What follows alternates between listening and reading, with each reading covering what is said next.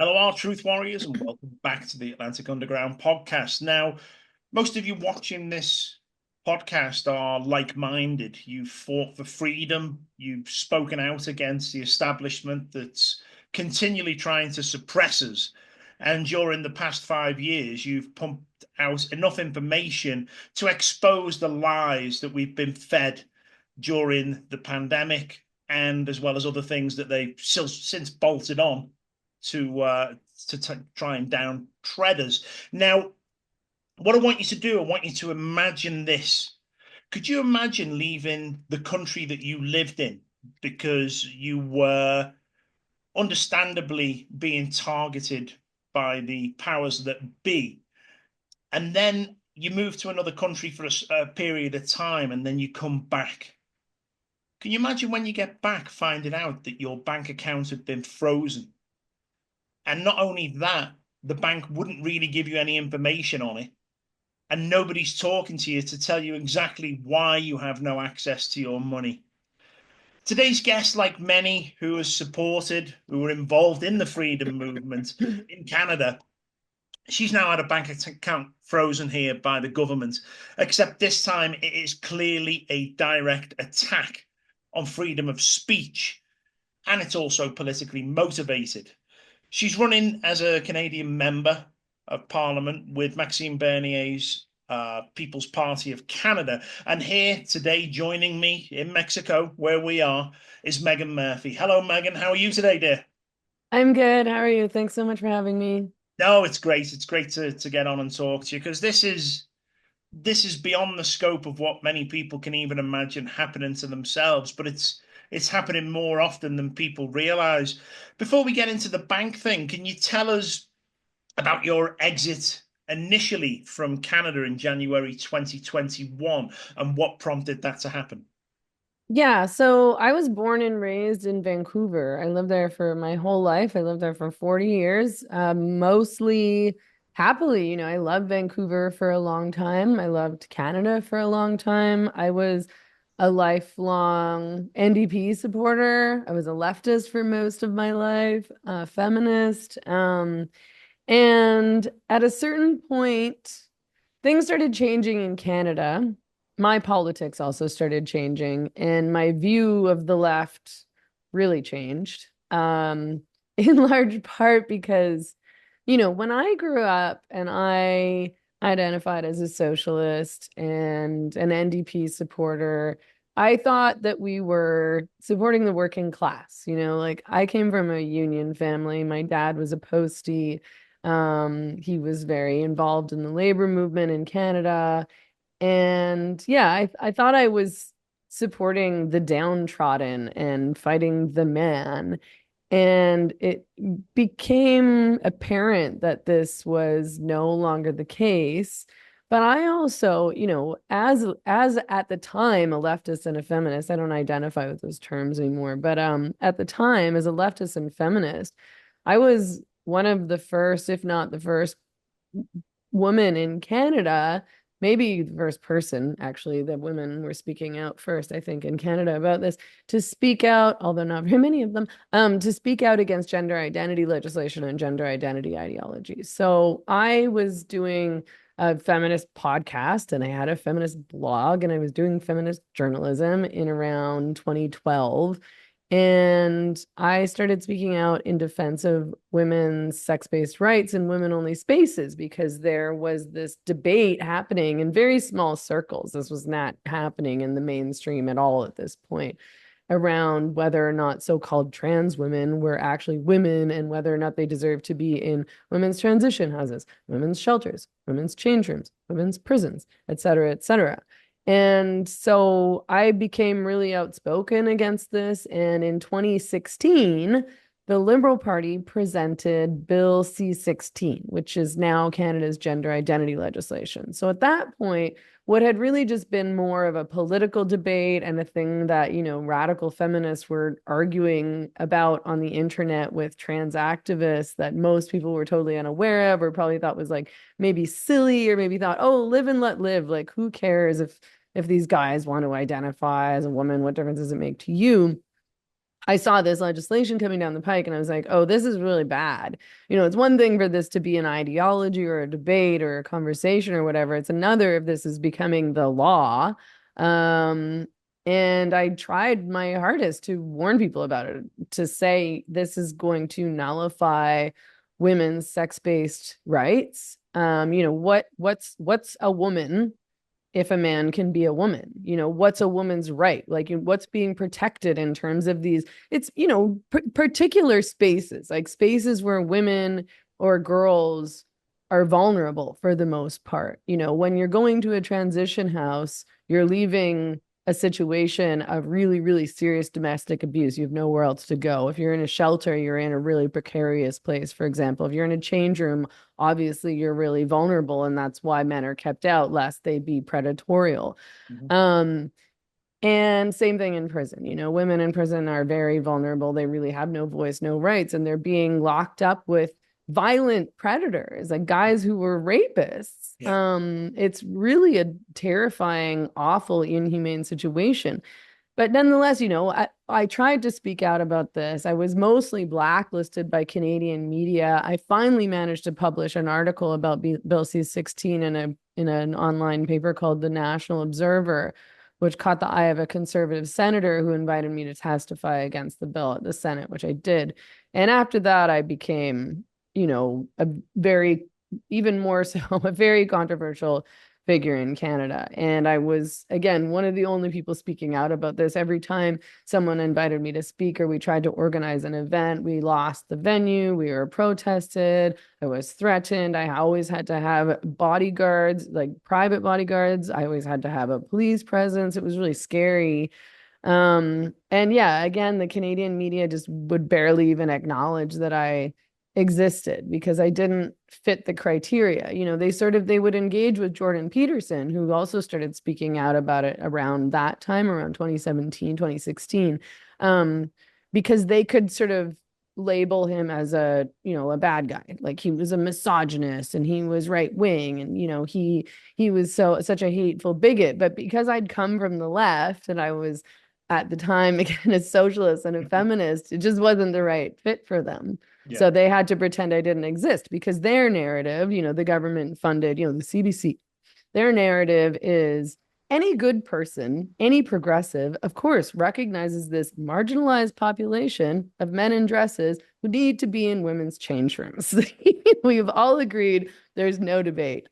So yeah, I mean, I really struggled and I was punished at every turn. I was banned from Twitter for 4 years in 2018 for saying that men aren't women and referring to this guy who was going around to Vancouver estheticians asking for Brazilian bikini wax, for referring to him as him, as banned.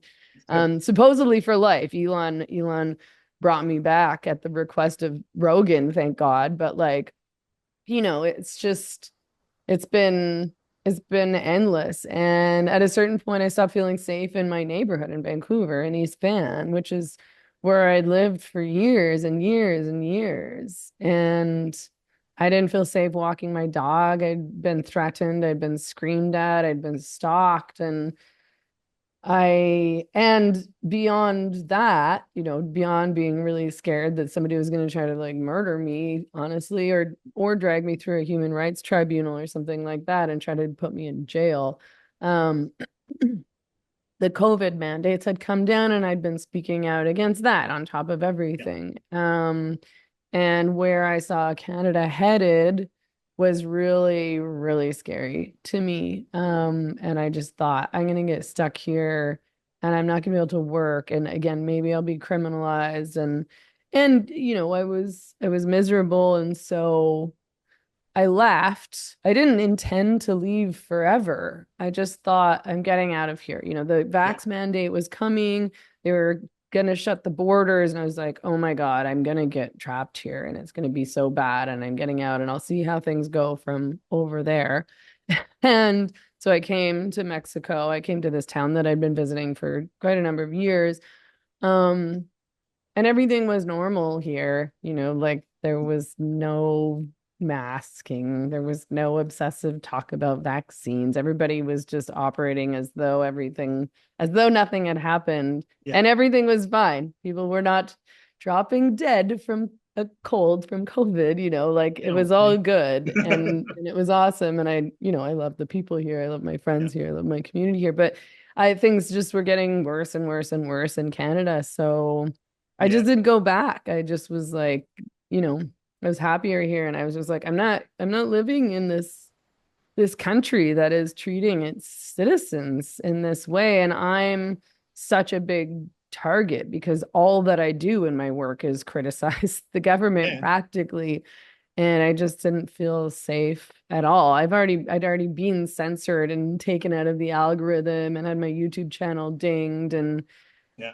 it was, We're, yeah, I was we're like, actually, if I want to work and continue to criticize Canada, ironically, I have to do it from outside Canada. yeah, we're already 2 channels down off YouTube. We had 2 channels terminated, courtesy of ridiculous regulations. But what did you think about the COVID mandates? And has what you believe now become demonstrably undeniable? Yeah, I have to be honest, which is that at first I didn't get it at all. For the first month, when the first lockdown happened, was that March or something like that of 2020? Yeah. Yeah. I just, I was sort of like, whatever. No, like I believed 2 weeks to stop the curve. I did not understand what was happening. I didn't understand that this was a never-ending plan to take away all of our rights. Um, and other people did. But so at first I didn't get it. And I was like, everybody stop whining. Like, who cares? So you stay inside for a while, no big deal, everything's gonna be fine. But then of course things progressed and it wasn't fine and the lockdowns continued. And I just luckily, I had friends who didn't buy the narrative and saw what was really going on, who I talked to about it. And through my podcast I started interviewing people on the podcast who were calling themselves COVID skeptics and who could see clearly what was actually happening, the Great Reset, all of those things.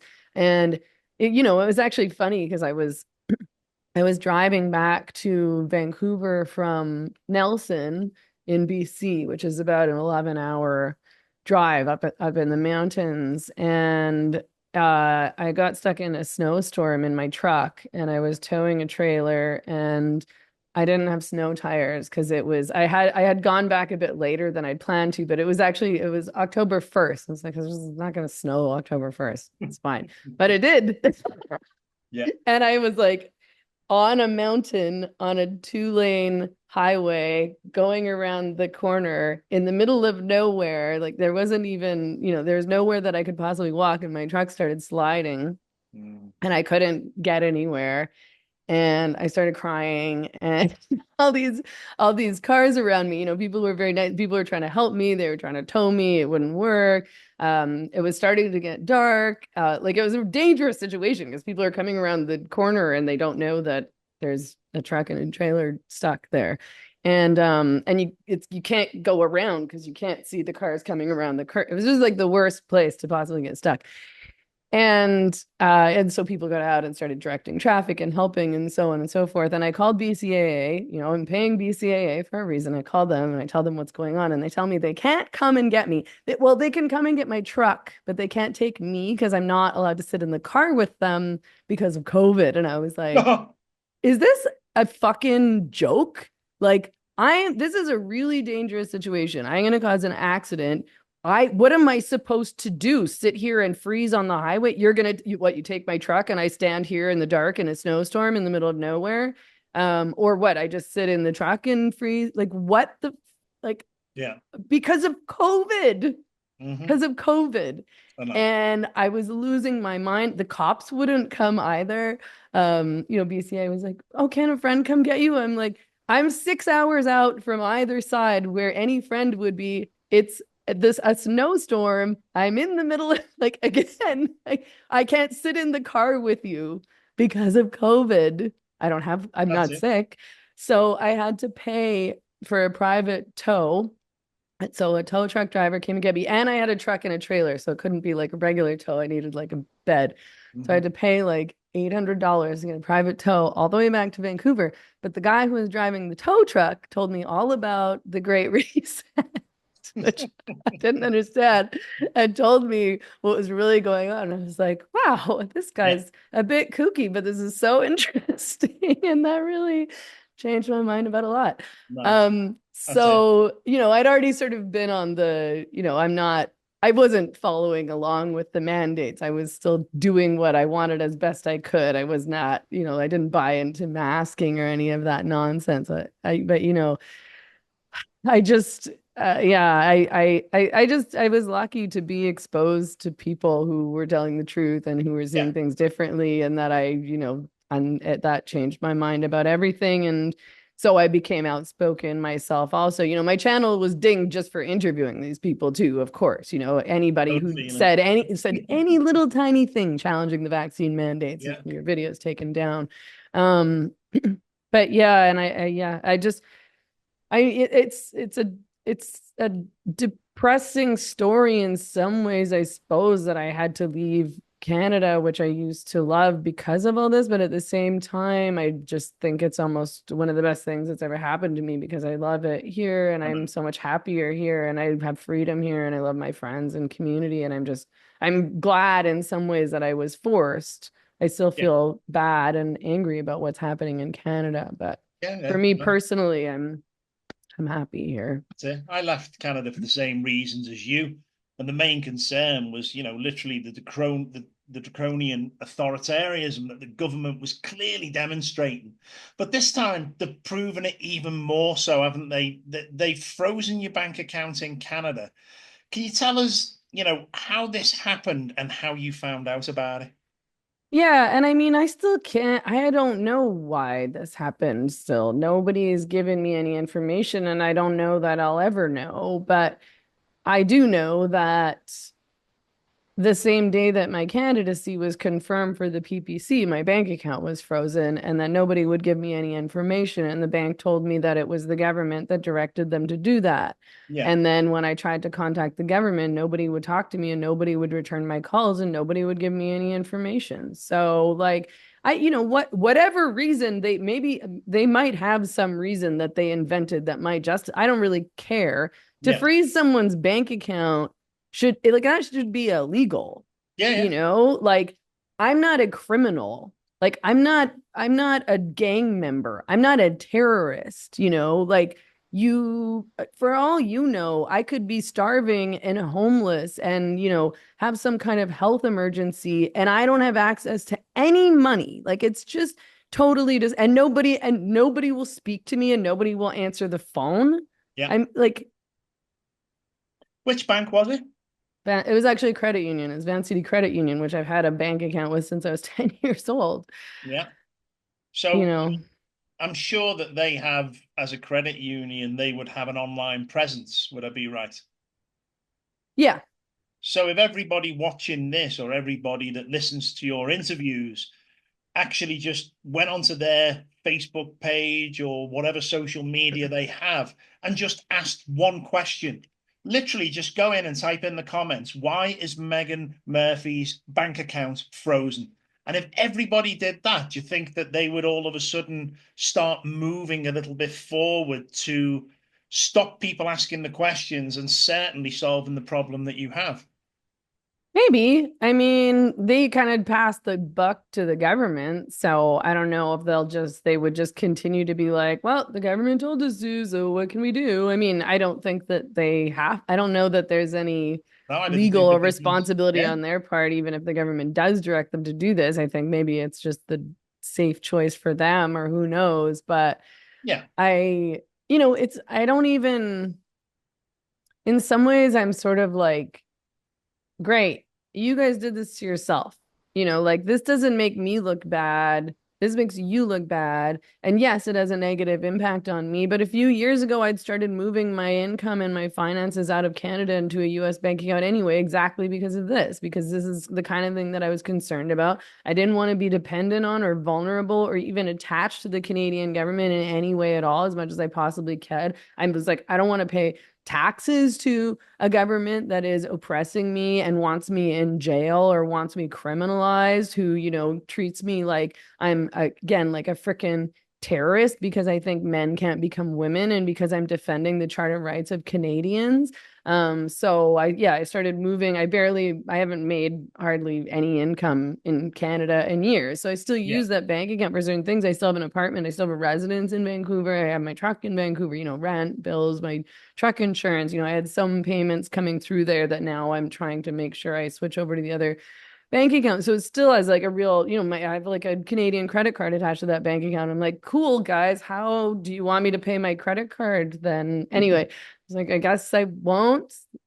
Like, Yeah. but I And thank God I had seen this kind of thing yeah. coming down the pike and started moving my stuff out of there. But for all they know, that's my only bank account. And for all they know, I have zero access to any money and haven't for now, 2 weeks. Yeah. So let's say it again. Which credit union is it? It's Van City Credit Union. Van City Credit Union. Okay. Now, have you sought any legal advice on this? Has there anybody stepped forward from anything like the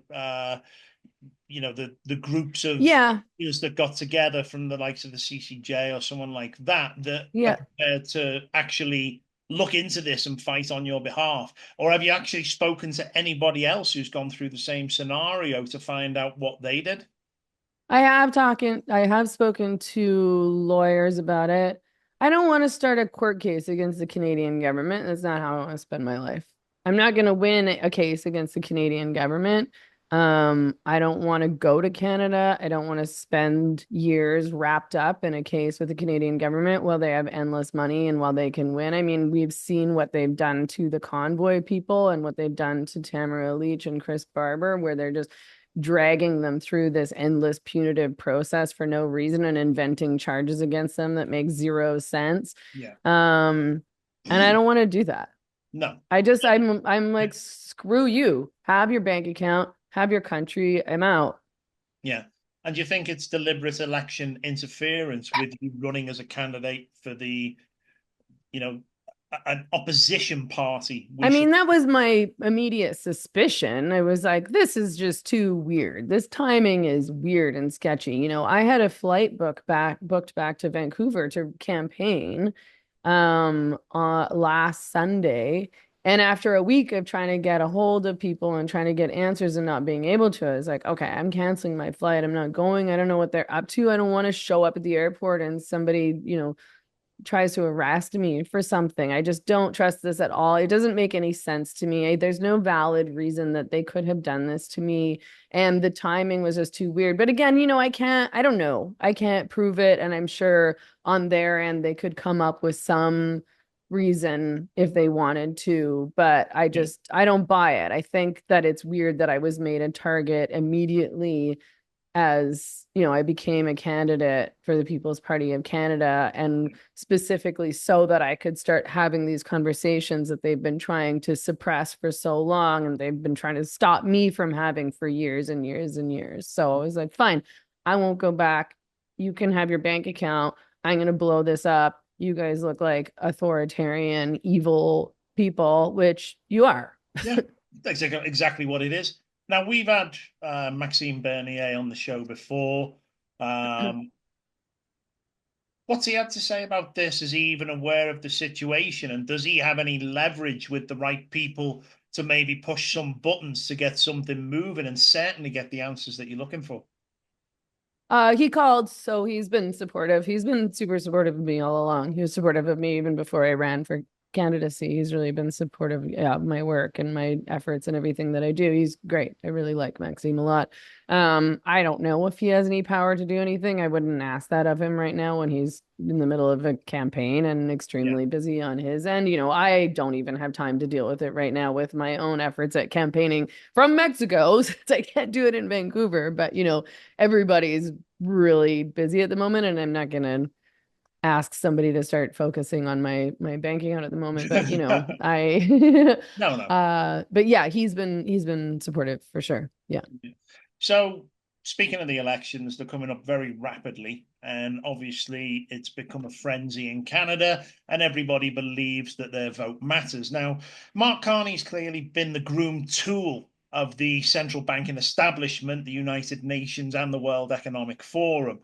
Pierre Polyev is a smooth talking liar who has no intention of sticking to his promises, but he butters up the Canadian people. We have two main candidates here that, in my eyes, are no choice at all. This is not what the people deserve in representation. Do you see government and political parties as nothing more than the puppets to the establishment? And do those that control the banks ultimately control the governments? Yeah, I mean, for the most part, again, like I would be thrilled if someone like Maxime could be the leader, the Prime Minister of Canada. I think that he's intelligent. I think he's honest. I think he says what he means. I think he's bold, and I think he's exactly what Canada needs. And I think that, you know, I think Mark Carney is awful. I mean, if Mark Carney wins this and the Liberals win this election, that's it for Canada as far as I'm concerned. I think that it's done. Yeah, And I think that I would recommend that people move out yeah. of the country. I would say the same. And, I was expecting it the last time Trudeau got in. We're friends with Chris Sky. Chris predicted what was coming at the last election. And always there seems to be an element of fraud involved. Now, we talked about the politicians, Carney, Polyev, and Bernier. Now, the net worths of these people, Mark Carney's worth 7 million, which was a massive surprise to me because I thought he'd be worth a lot more, but it wouldn't surprise me if a lot of stuff is offshore and investments. Pierre Polyev, worth 25 million, which is a gentleman who has been in politics all his life, and you've got to wonder where that kind of money comes from. Maxime Bernier is worth 7 million. So, do you believe millionaires should be representing the people, or would a more grassroots independent candidate from those championing the communities be a far better choice? I mean, sure, in theory, but that's not how politics work. Um, Unfortunately. and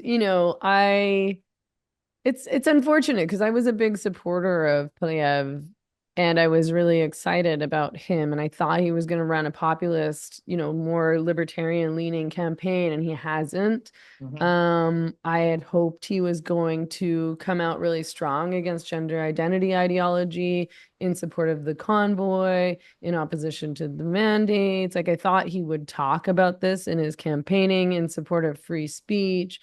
And instead, I feel like he kind of fell back and just leaned in towards the Liberals. So I know that Canadians are putting a lot of hope and faith into him winning and kind of saving the country, but I'm not sure I have that kind of faith because I think that Canadians have very short-term memories.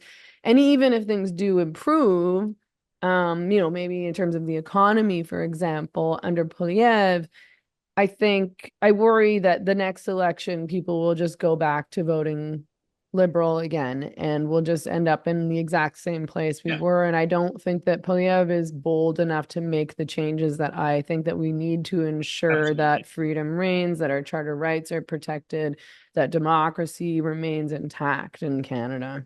Yeah. And it is unfortunate. You see, the trouble is, I see every politician as working for the establishment. I see them as a Yeah. buffer. But, we're facing a clear agenda of a one world government here, a new world order, as they've always labeled it. If this goal is achieved, what does this mean for humanity? And do you think that the current chosen politicians, which are clearly part of the World Economic Forum, Young Global Leaders agenda, are just there to usher this in? I mean, I hope that people are waking up and that people are going to fight. I don't see enough people doing that in Canada, but I see people doing that in America and other places. I think that, yeah, we need to be really aware of where things are headed and where these elites are trying to push us and make sure we don't fall for it out of convenience. I think that the big problem with Canada is that people are a bit too comfy, which is odd because they should be uncomfortable because they can't afford to buy eggs Yeah. or meat or gas.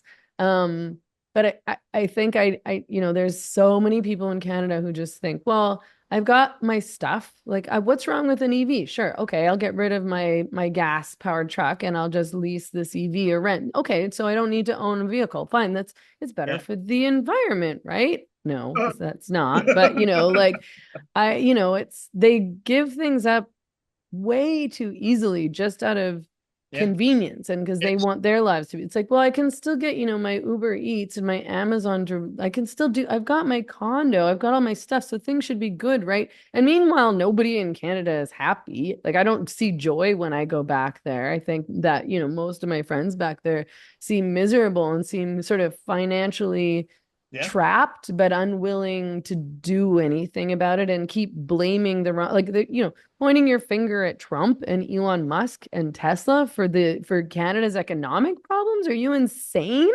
I The know. Liberal Party did this over 10 years. Yeah, but it's all theatre for the masses. The thing Yeah. is, it's most people find this exciting and they think it's some form of entertainment, and certainly it's very much a divide and conquer campaign. But with your bank account being frozen, I look back to 2013 when in Canada itself, the Bail-in Act was brought into play. And for those that don't know what the Bail-in Act is, I certainly would recommend going and looking at it, because that means that during a financial collapse again, like we had in 2008, the bank will now seize your assets from the bank and use that to shore themselves up. Do you think people should be ready to lose their money based on the fact that they can go in and literally lock up your account, not give you access to the money? If they vote for the wrong person moving forward, or they have a voice against the political party, or just in the event, which is well overdue, that we have a financial collapse or a financial credit lockup, it's looking very likely that these laws put into place in 2013 will be enacted and people will lose everything in their bank. And this is the perfect scenario for the World Economic Forum to usher in mandates and measures that will have you owning nothing and being happy. What do you think in this regards? I mean, I do think that that's sort of the plan, the ideal plan that these people have, and forcing everybody to use their one digital currency, which they can also turn off with the switch of a button if you fail to toe the line in one way or another. And I think it's terrifying. And this is what I mean when people need to wake up and be aware of what's happening and what's coming down the pike and not be swayed by conveniences. Because I can see a lot of people being like, oh, sure, why not a digital currency? Then, it's just all in my phone and I don't even need to deal with any of this banking thing. But it's so Yeah, dangerous. it And is. all it is control, total control. Then they have full control. I Yeah, mean, again, like, I mean, people really need to fight this as hard as they possibly can. And people like the Justice Center of Constitutional Freedoms, those guys are fighting all of this. So I hope people will support them because they are working really hard to stay on top of all this stuff. And Lord, I don't know. I don't know how to wake Canadians up. I don't know if it means, a negative outcome of Polyev winning is that people just go back to sleep again. yeah, And, a one positive but really difficult outcome of somebody like Carney winning is that maybe things will get so uncomfortable and authoritarian that people are forced to get off their couches and fight finally. It's not, I don't wish those circumstances on Canadians, but man, if they sometimes haven't you do. woken up by now after everything that we saw during COVID, No, I'm very concerned that they never will wake up. no, you're absolutely right. And like the one thing I say, and this is the way I look at governments, I look at politicians and the way things are going. You know, we we're told we need to fight against the tyranny that's in place, and unfortunately, people choose the level of government to go after. Now, I see a lot further than that, because unfortunately, the governments cannot exist and the political parties cannot exist without the funding to keep them going. And the funding always comes in, doesn't matter whether you're in Canada, England, Europe, America, it doesn't matter where you are in the world. If you have a central bank in that country, that means that your government is indebted to that central bank, because the money that is loaned to them to run the country comes directly through them. And the money is paid back on the back of the taxpayers of that country. Do you think governments are a deliberate distraction for the masses and a purposeful buffer to stop the citizens rising up against those who truly wield the power and control in this world? Sure, yeah. And I think that that's why, another aspect that I support about the People's Party of Canada is that they're advocating for a very, very small, very, very limited government. Yeah, You're right. People point the fingers at the government, and I do too, because the government is responsible in so many ways, and they're supposed to be representing us, the people, and they don't. They're representing these banks and these elites, as you said. So yeah, I mean, I think you're correct. And I think, it's so funny because it's like the complete opposite of what I believed and advocated for the majority of my life, which is yeah, big government and social safety nets, and the government takes care of everybody. And why would you have a problem with taxes? yeah. You know? So, but yeah, small, very limited government, more freedom, more autonomy, more sovereignty. That's the only answer. Yeah, but when we take things like taxes, and this is always a perfect example of where people see, the trouble is people have been given the way their power by voting and allowing these political parties to be in place. But the main core, as you say, is the indebtedness from the central banks through the governments onto the backs of the people. But the people have more power than they realize. I've always said that, if you pay taxes, even if you're employed, you can actually say that you want your taxes to, all the money to come to you, and you'll settle your taxes at the end of the year. And obviously, April in Canada is the time where everyone pays the taxes. But what if everybody withheld their taxes, even through their, wages, right the way through the year up until April, and told the government that they will pay the taxes when they start to listen and act and represent on behalf of the people? This would cause a financial problem for Canada itself and any other country around the world when the people actually wield their own power by withholding the very payments that the governments need to pay back the interest to these central banks. Do you think people have more power than they realize? And can it be executed in different manners to let the government know that the people are watching and the people are still in charge, regardless of the fact that governments are supposed to be the employees of the citizens of that country? Yeah, for sure. And I've said this before, like no taxes without representation. If Yeah, everybody stopped paying their taxes, you're like, you're supposed to work for us. You're not working for us. You're not representing our interests. So no, we're not paying you yeah, anymore. You can't have my taxes. I'm not paying. If everybody stopped, they'd be screwed and they yeah. would have to pay attention to what the people were saying. So I do hope that Canadians grow those kinds of balls and refuse. I think that's a great solution for sure. Because if a plumber come round to the house to fix a leak and he left and it was still leaking, would you pay him? Yeah, exactly. So it's been postulated as well when we get into the depths of Canada and the financial side, but it has been postulated that Canada is a corporation. And the recent liquidation of this corporation was demonstrated by the stepping down of Justin Trudeau. Can you see any evidence of them being in probate? And would this tie in with the North American Union goals for Canada merging with them? This is way out of my wheelhouse. I think that's your wheelhouse. Yeah, no, that's fine. I mean, I believe you, but I can't. I'm not able to speak to that with any expertise. I'm sorry. yeah, no. I think there's a lot going on. Let's just say I think there's a lot going on in the background that people are unaware of.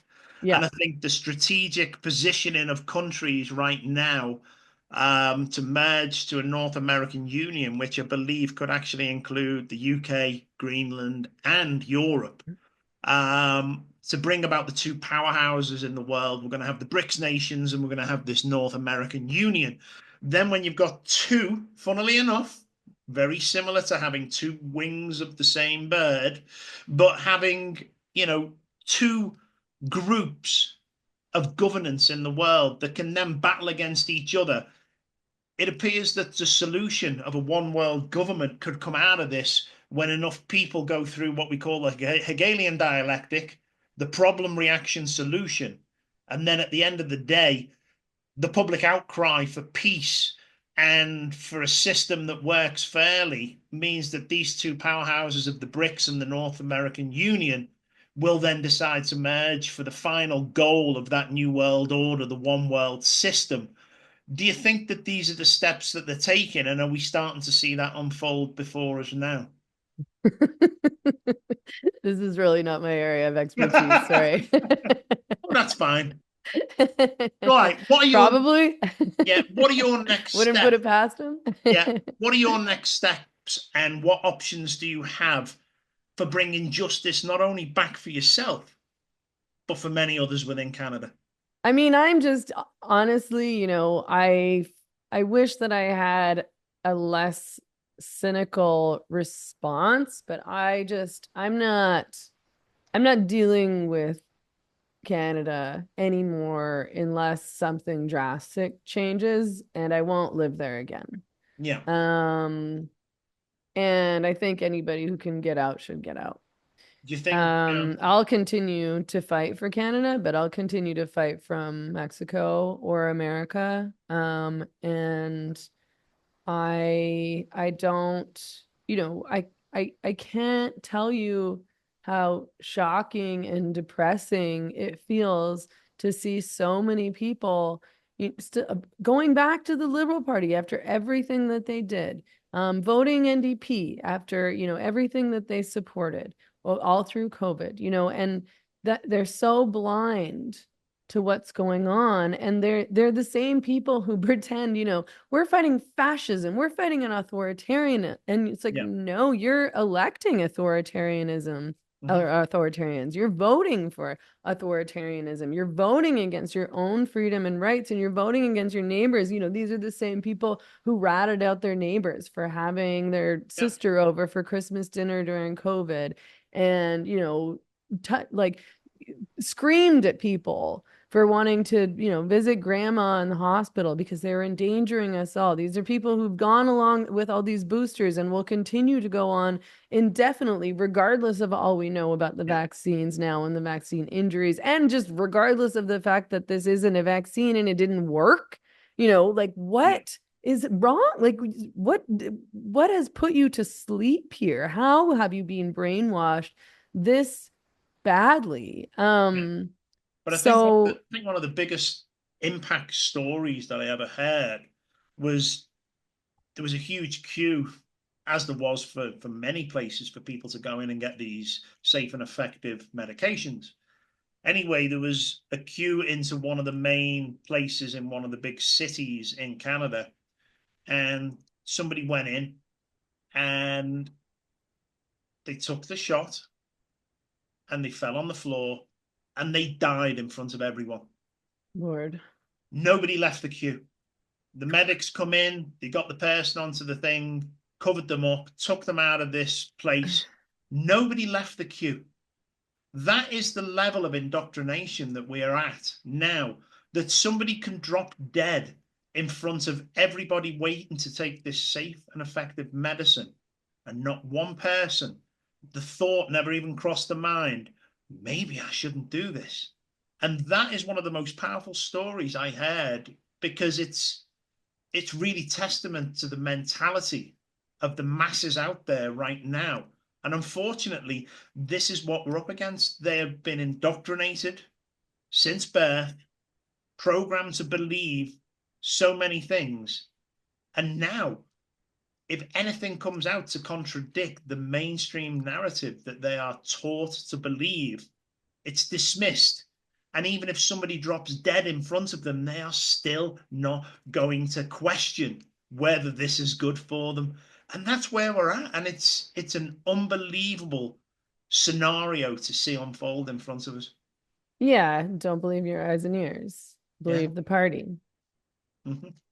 Yeah, I mean, it's also when I first got to Mexico, I reread 1984. So yeah, Um, an and it was instruction book. just, I was like, everybody needs to do this. And Yeah. you Now I do believe it's going to get a lot worse before it gets better. Do you have the same viewpoint? yeah, I Yeah. do. Um, So What inspiration can you give your fellow Canadians now that are suffering at the hands of this agenda to not only move forward and empower themselves? And also, would you recommend people now consider an exit strategy from Canada? Yeah, I mean, I was so inspired, as I think many of us were, by the Freedom Convoy. I prior to that, I didn't know that the Canadians had it in them. Yeah, I thought they were going to lay down forever. And so I think, if we can be re-inspired by the convoy and band together as Canadians did through patriotism, through love of their neighbor, through, love of freedom, yeah, and really stand, I mean, the Freedom Convoy ended the mandates. That was an incredibly successful movement. yeah, And we could do that again in Canada. For sure, we know we can. We've seen it. So I think that there's inspiration in that. I also think that,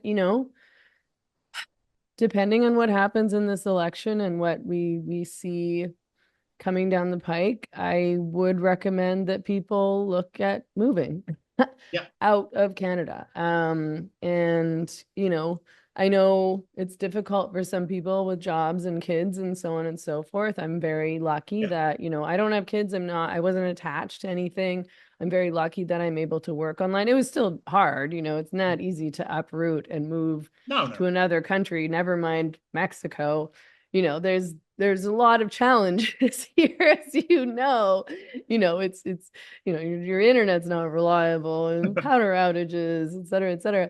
But freedom is more important than anything, and people forget that. Your stuff and your money, like your income, I should say, obviously you need money to survive, but clinging to things is not it.